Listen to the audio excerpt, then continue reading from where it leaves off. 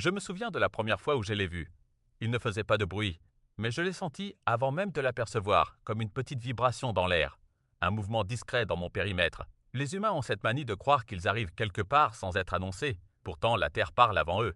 L'herbe se courbe, les oiseaux déplacent leur attention, les insectes changent de trajectoire. Il avait peut-être 8 ans, 9, tout au plus. Un gamin maigre, les genoux griffés, une veste trop grande pour lui, et une casquette déformée qu'il gardait vissée sur la tête comme une armure ridicule. Il a traversé la clairière en courant, puis s'est arrêté net, à 2 pas de mes racines, comme s'il venait de se rappeler qu'il avait le droit d'exister ici. Il a levé le nez vers moi. Il n'avait pas ce regard que certains enfants ont, ce regard qui s'émerveille. Lui, il me regardait comme on regarde un coffre dont on connaît déjà le trésor. Puis, il s'est penché et il a ramassé un gland. Il l'a tourné entre ses doigts, l'a frotté contre sa manche, comme pour lui donner de la valeur, et l'a glissé dans sa poche. Un gland. C'est peu de choses, un gland. Mais j'ai appris, au fil des saisons, que les humains prennent souvent des choses petites avec une gravité immense. Un gland peut être un souvenir, une provision, une superstition, une promesse. Les humains sont capables de faire d'un objet minuscule un talisman contre le monde entier. Il en a ramassé un deuxième, puis un troisième. Puis il s'est mis à genoux, et là, il a commencé à fouiller, comme un petit animal, mais sans la simplicité de l'animal, avec une urgence qui ne venait pas de la faim, mais de quelque chose de plus compliqué, la peur de manquer. Il remplissait ses poches. Il soulevait des feuilles mortes. Il cherchait les glands cachés dans les creux de terre. Il en trouvait encore. Il souriait à peine et il continuait. Je l'ai laissé faire. Je ne suis pas un arbre gentil ou méchant. Je suis un arbre. Je donne ce que je donne, je retire ce que je retire, et je tiens debout. La générosité n'est pas une intention chez moi, c'est une conséquence.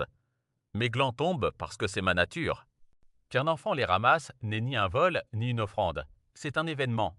Mais cet enfant-là, je l'ai vu revenir, le lendemain, puis le surlendemain, et bientôt presque tous les jours, à la même heure, toujours avec ses genoux griffés, toujours avec sa veste trop grande. Il ne venait jamais avec un adulte. Il arrivait en regardant derrière lui, comme si le monde entier pouvait surgir pour lui arracher ce qu'il venait prendre. Puis il se détendait un peu, une fois sous mes branches. Il se mettait à l'abri de mon ombre, non pas l'ombre qui protège du soleil, mais celle qui protège des regards. Il parlait parfois, pas à moi, je crois. Il parlait à voix basse, comme on parle à son propre esprit pour ne pas devenir fou. Faut que j'en ai assez. Ou, si j'en ai beaucoup, elle sera contente. Une fois, il a murmuré. Je te jure, cette fois, j'ai pas oublié. Je ne savais pas à qui il jurait. Je ne savais pas ce qu'il essayait de réparer. Les premières semaines, je l'ai observé en silence. Puis un jour, un autre enfant est apparu. Plus grand, plus large, plus sûr de lui. Celui-là portait la confiance sur le visage comme une évidence. Il est arrivé en marchant fort, en faisant craquer les brindilles. Et il s'est approché de mon visiteur avec cette manière qu'ont certains humains d'entrer dans la vie des autres sans frapper. Ils ont parlé. Je n'entendais pas tout, mais j'ai entendu le ton. Le grand garçon se moquait. Il a ri, il a pointé du doigt les poches gonflées. Et à ce moment-là, j'ai vu le petit se raidir. Son corps s'est rétréci, comme si soudain il avait honte d'être là, comme si la clairière n'était plus à lui. Le grand a voulu attraper un gland dans sa poche. Le petit a reculé d'un geste brusque, et le grand l'a poussé.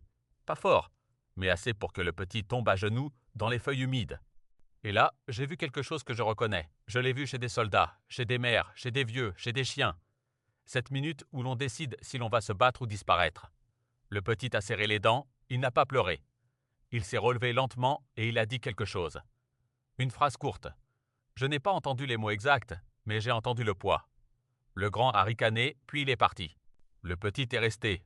Il a ramassé les glands tombés de ses poches, un par un, comme on ramasse une dignité éparpillée. Et quand il a fini, il s'est assis contre mes racines. Il a posé sa tête contre mon écorce, sans me demander la permission. Et pour la première fois, il a pleuré.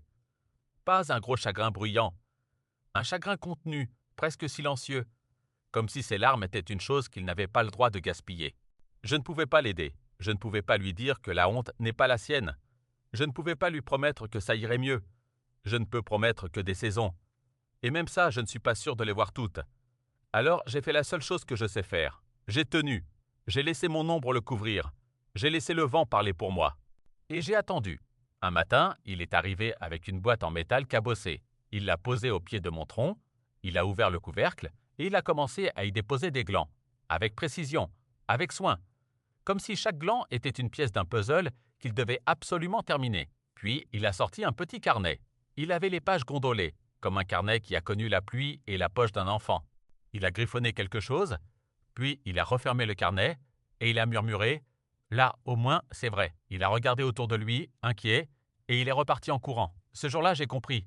Il cachait quelque chose. Et pas un trésor comme les enfants en inventent. Un vrai secret. Un secret qui n'est pas amusant. Il est revenu le soir même. Il a apporté une ficelle. Il a attaché la boîte contre une racine, comme si quelqu'un pouvait venir la voler. Il a regardé mon tronc, longtemps, puis il a dit très bas « Je sais que tu bouges pas.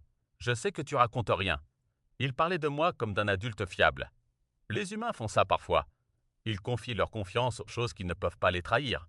Un arbre, une pierre, un coin de mur, une boîte. Le lendemain, il est venu avec un couteau. Je l'ai vu de loin, brillant et maladroit dans sa main. Il s'est approché de mon écorce et j'ai eu soudain cette sensation étrange, celle de comprendre avant l'action. Une intuition. Il allait graver quelque chose. Et il l'a fait. Il a entaillé mon tronc, juste assez pour que la blessure reste visible. Il a gravé 2 lettres, puis une date.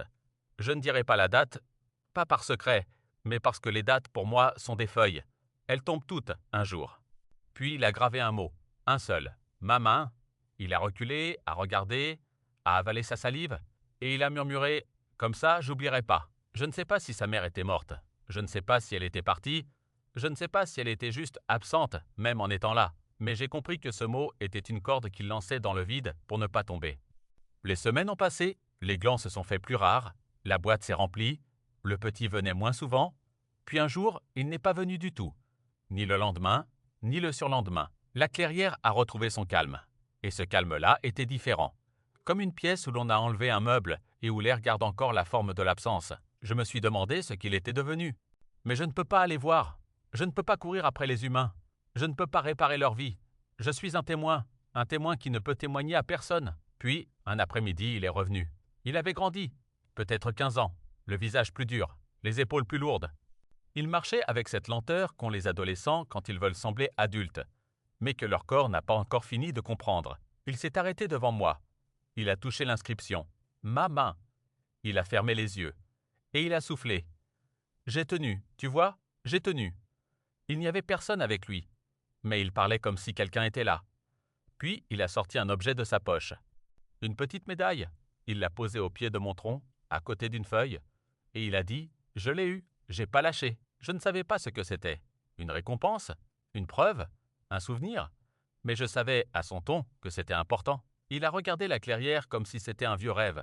Puis il s'est assis, longtemps, et il a raconté. Il a raconté une maison trop bruyante. Un père qui n'était pas vraiment un père. Une mère qui aimait, mais qui s'effaçait. Il a raconté les nuits où il comptait les bruits. Les jours où il faisait semblant d'aller bien. Il a raconté la faim, parfois. Et la honte, souvent. Et puis il a raconté la chose la plus étrange. Il a raconté qu'un jour, en pleine tempête, il s'était dit qu'il allait venir ici, courir jusqu'à moi, s'accrocher à ma racine et ne plus bouger, comme si je pouvais le garder en vie. « C'est con, hein ?» a-t-il murmuré en souriant un peu. Mais c'était ma place. Et là, j'ai compris ce que j'avais été pour lui. Pas un arbre, pas un décor, pas un vieux chêne symbolique. Un point fixe, un endroit où le monde ne mentait pas, un endroit où il avait le droit d'être faible, sans être vu. Il a fini par se lever. Avant de partir, il a caressé mon écorce, juste au-dessus de la cicatrice, et il a dit « Merci ». Puis il est reparti. Je ne l'ai revu que 2 fois ensuite. Une fois, bien des années plus tard, il est venu avec une femme. Ils ont marché lentement, ils se tenaient la main. Il lui a montré l'inscription. Il lui a raconté. La femme a posé sa paume sur mon tronc, comme si elle voulait sentir l'histoire. Puis elle a embrassé sa joue. Un geste simple. Un geste qui dit « Je sais et je suis encore là ». La dernière fois, il est venu avec un enfant, un petit garçon. Il lui a dit « Tu vois cet arbre? Il était déjà là quand j'étais petit. » L'enfant l'a regardé, impressionné. « Il est vieux? Très vieux. Il parle? » Il a souri. « Il parle, mais faut écouter autrement. » Puis il a laissé l'enfant ramasser un gland. Juste un. Et il a ajouté « Celui-là, tu peux le garder, mais promets-moi un truc. Tu le plantes un jour. » L'enfant a hoché la tête, très sérieux, et ils sont partis. Quand ils ont disparu, j'ai senti quelque chose de rare en moi. Pas de la joie, pas de la tristesse. Quelque chose de plus discret, plus profond. La sensation d'avoir servi à quelque chose sans l'avoir voulu. Je crois que c'est cela parfois, la sagesse. Comprendre que tu n'es pas le héros de l'histoire. Tu es juste un endroit où quelqu'un a pu respirer. Et ça suffit. Les humains pensent qu'ils ont besoin de grandes révélations, de grandes phrases, de grands changements. Mais souvent, ils ont juste besoin d'un point fixe. Quelque chose qui ne bouge pas, quelque chose qui ne juge pas, quelque chose qui tient bon pendant qu'eux apprennent à tenir bon aussi. Je parle au vent, je dépose ces souvenirs-là, comme des glands sur la terre. Peut-être que quelqu'un les ramassera. Peut-être que non. Mais si toi tu es encore là, à écouter mon journal, alors reste. Abonne-toi et reviens demain. Je serai là, comme hier. Et je te raconterai encore ce que j'ai vu, ce que j'ai compris, et ce que je n'ai pas encore réussi à comprendre.